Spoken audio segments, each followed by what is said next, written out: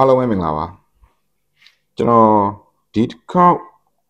လုံးမဲ့ reading ပေါ့နော်ဒီတစ်ခေါက်လုံးမဲ့ reading ကတော့ပွင့်ပွင့်လင်းလင်းပြောရရင်ခုချိန်ထိကျွန်တော်မစဉ်းစားရသေးဘူးပေါ့နော်ရှေ့ပိုင်းရက်တွေမှာလည်းဗီဒီယိုတွေကနည်းနည်းပြတ်နေရပေါ့နော်ပြတ်နေတာတော့အဓိကတော့ကျွန်တော်မအားတဲ့အတွက်ကြောင့်လည်းပါပါတယ်အဲ့တော့ခုချိန်ထိလည်းကျွန်တော်ကတ်1 2 3ရွေးတာတွေမလုပ်တော့ဘူးမလုပ်တော့ဘဲနဲ့ဘာတစ်ခါလုပ်မလဲဆိုရင်ကျွန်တော်တစ်ခါကတ်ချိုးလိုက်မယ်ချိုးပြီးတော့အဲ့ဒီကြားတဲ့ကတ်ကိုကျွန်တော်ဆွဲလိုက်တဲ့ကတ်ကိုကျွန်တော်မြင်တဲ့အတိုင်းပဲမိတ်ဆွေတို့ကို reading လုပ်ပေးသွားမှာပေါ့အဲ့တော့ဒီဗီဒီယိုနဲ့ပတ်သက်လို့ကတော့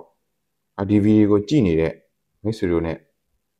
သက်ဆိုင်နေဆိုပြီးတော့ပဲကျွန်တော်အနေနဲ့ပြောချင်တယ်ဟုတ်ပြီအဲ့ဒါဆိုရင်ကျွန်တော် shuffle လုပ်မယ်ကတ်တွေကိုစပြီးတော့ချိုးပါမယ်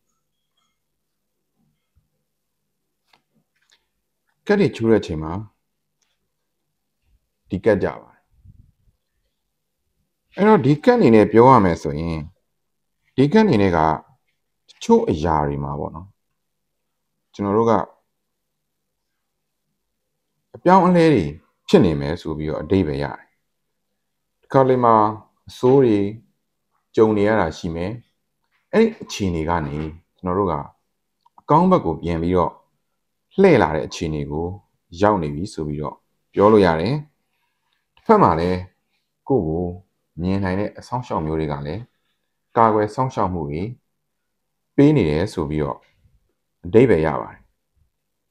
အဲ့တော့လောလောလတ်လတ်အခြေအနေမှာတော့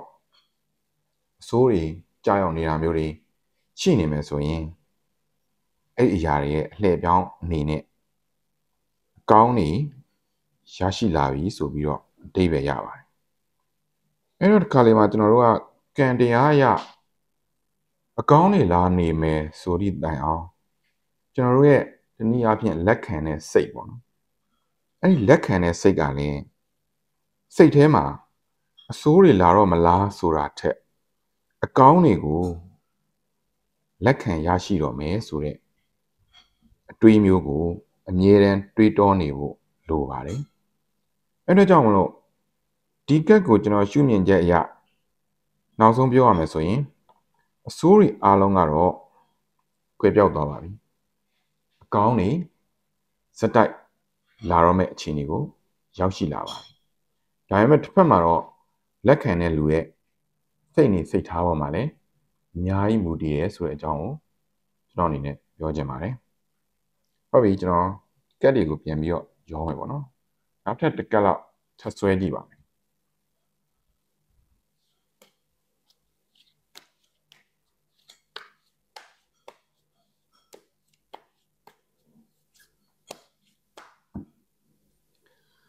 ဟုတ်ပြီနောက်ထပ်ကတ်တစ်ကတ်ဆွဲပြီးတော့ကျွန်တော် reading ထပ်လုပ်မယ်အဲ့ဒီမှာဒီကတ်ကြပါတယ်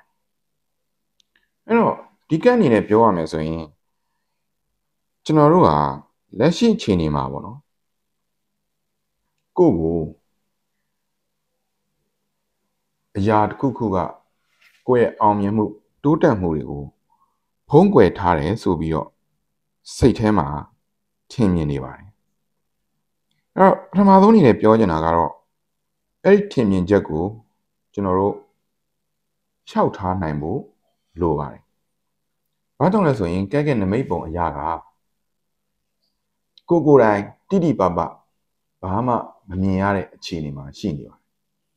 အဲ့တော့ကိုယ်တိုင်တိတိပပဘာမှမမြင်ရတဲ့အခြေအနေမျိုးကြီးမှာကိုယ့်ရဲ့ပတ်ဝန်းကျင်ကိုယ့်ရဲ့ဘေးကပြောတဲ့အရာတွေကိုပဲမျက်စိမိတ်ပြီးတော့မယုံကြည်သင့်ပါဘူးကိုယ်တိုင်တေချာစူးစမ်းလေးလာသင့်တယ်ဆိုပြီးတော့အဓိပ္ပာယ်ရပါတယ်အဲ့တော့ကျွန်တော်တို့လက်ရှိဖြတ်သန်းနေရတဲ့အခြေအနေမှာကိုယ့်ဘောမှာပြောတဲ့အဘယ်မှာတော့ဘာဖြစ်နေပြီဘလို့တော့ဖြစ်နေပြီမင်းတော့ဘလို့ဖြစ်တော့မယ်ဆိုတဲ့ပြောရရင်အဖြတ်သဘောဆောင်တဲ့ comment မျိုးတွေကိုလာခဲ့မယ်ဆိုရင်အဲ့အရာတွေကိုကိုယ်ကောင်းထဲမှာမထည့်ဘဲနဲ့ကိုဖြစ်ချင်တဲ့အရာတွေကိုသာတွေးတောကြံစည်သင့်တယ်ဆိုပြီးတော့ကျွန်တော်အနေနဲ့ဒီကတ်ကို reading လုပ်ချင်ပါတယ်တော့ download reader အများစုကတော့ဒီကတ်ဆိုရင်နမိတ်ဆိုးတဲ့ကတ်ဆိုပြီးတော့သုံးသက်ကြတာများတယ်အဲ့တော့ ကျွန်တော်ဆရာတုဒ္ဒဆန်းပြောတဲ့စကားအရပြောရရင်တားတော်ရဲ့အဓိပ္ပာယ်ကိုတခြားလေ့လာပါပြီးရင်တော့အဲ့ဒီ definition တွေကိုမေ့ပလိုက်ပါတဲ့ကိုယ့်ရဲ့ရင်ထဲကလာတဲ့စိတ်ခံစားချက်အတိုင်းပဲလူတွေကိုဟောပြောပါဆိုပြီးတော့တင်ကြားထားပါတယ်အဲ့တော့ကြောင့်မလို့ဒီကနေ့နဲ့ပြောရရင်ကိုမမြင်နိုင်တဲ့အရာတွေကိုမမြင်ရတဲ့အရာမျိုးတွေမှာဘေးပတ်ဝန်းကျင်နဲ့ယုံတဲ့အရာတွေမလုပ်ပါနဲ့ကိုမှအဲ့ဒီအရာတွေကိုပြန်လဲရင်ဆိုင်နိုင်စွမ်းကိုကိုဝင်လာမဲ့အခက်အခဲတွေပြဿနာတွေအစားရှိဖြစ်ပေါ့အဲ့ဒါတွေကိုပြန်လဲရင်ဆိုင်နိုင်စွမ်းတွေကိုမှရှိနေတယ်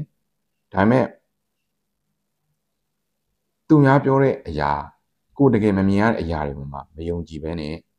ကိုဖြစ်ချင်တာကိုလုပ်ချင်တာတွေကိုသာရဲရဲတင်းတင်းဆက်လက်လှုပ်ဆောင်ပါလို့ပြောရင်းနဲ့ပဲကျွန်တော်ဒီ reading ကိုညီကုန်းချုပ်လိုက်ပါတယ်အားလုံးပဲအဆင်ပြေမယ်လို့ညွှန်လင်းနေကျွန်တော်တို့နောက် reading တွေမှာလည်းပြန်လည်တွေ့ကြပါမယ်အားလုံးကိုကျေးဇူးတင်ပါတယ်